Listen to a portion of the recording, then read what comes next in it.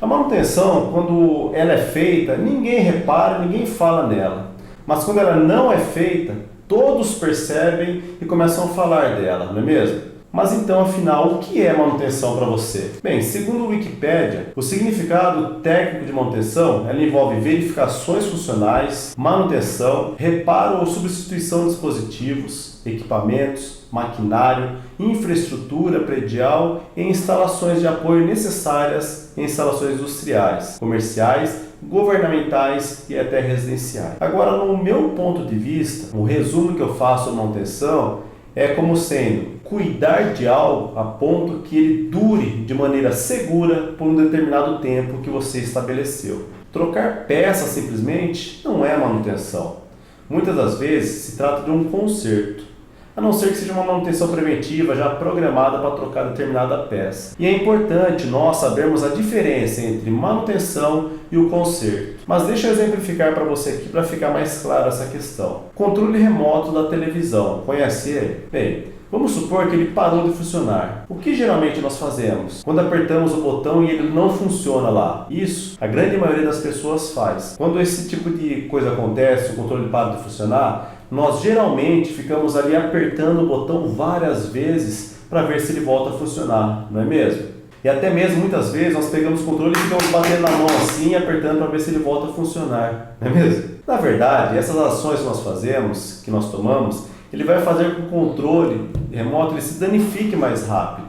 Aí ele acaba virando um conserto, onde o correto seria checar primeiro as pilhas desse controle remoto. Aí sim seria a manutenção. E por que eu estou falando isso? Porque existe um conceito na natureza que ele é muito importante e nós temos que estar presentes para ele. Esse conceito ele já vem sendo considerado pelo cientista grego Aristóteles. E olha que Aristóteles ele viveu nos anos 300 antes de Cristo. Ele ensinava que as coisas na Terra elas se deterioram.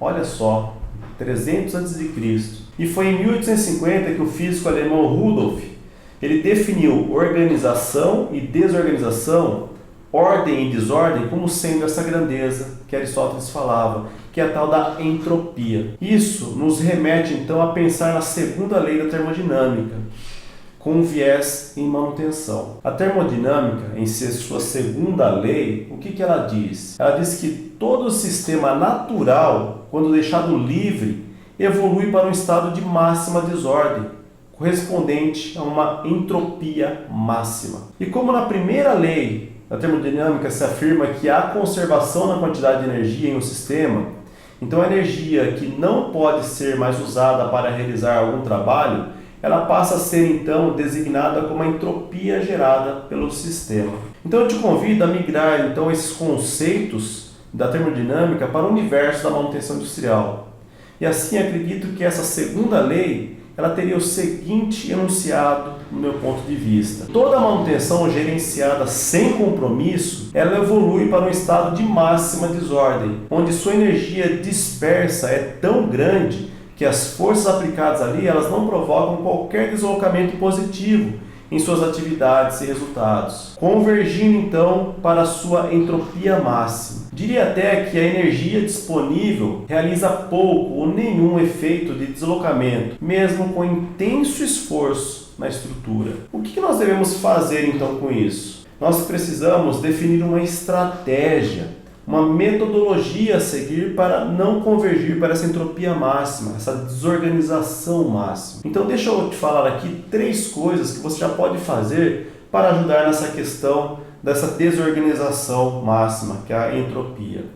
O primeiro ponto é fazer compromissos com metas e objetivos alinhados com a estratégia da empresa, minimizando assim o processo entrópico da desordem, de desorganização. Fazer controles para que todas as forças sejam empenhadas no sentido e direção apontados. Com isso você evita essa desorganização. O segundo ponto é fazer controles para que todas as forças sejam empenhadas no sentido e direção apontados pelo plano estratégico e que os necessários ajustes sejam rapidamente analisados e sejam implementados. Não haja demora para recorrigir a rota.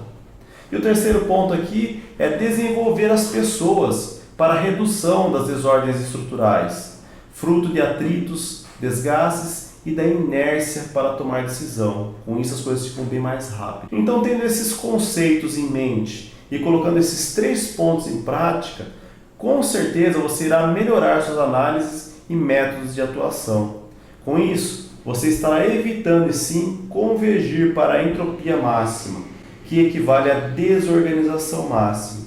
Então, como nós vimos aqui, você precisa ter metas, objetivos bem claros, alinhados com a estratégia da empresa, capacitar as pessoas para corrigir a rota se ela venha sair do rumo que você determinou e seja rápida essa correção. E você consegue isso com o desenvolvimento das pessoas. Então, colocando isso em prática, você conseguirá minimizar essa questão da entropia, que isso é uma questão da natureza e não é algo assim que você coloca.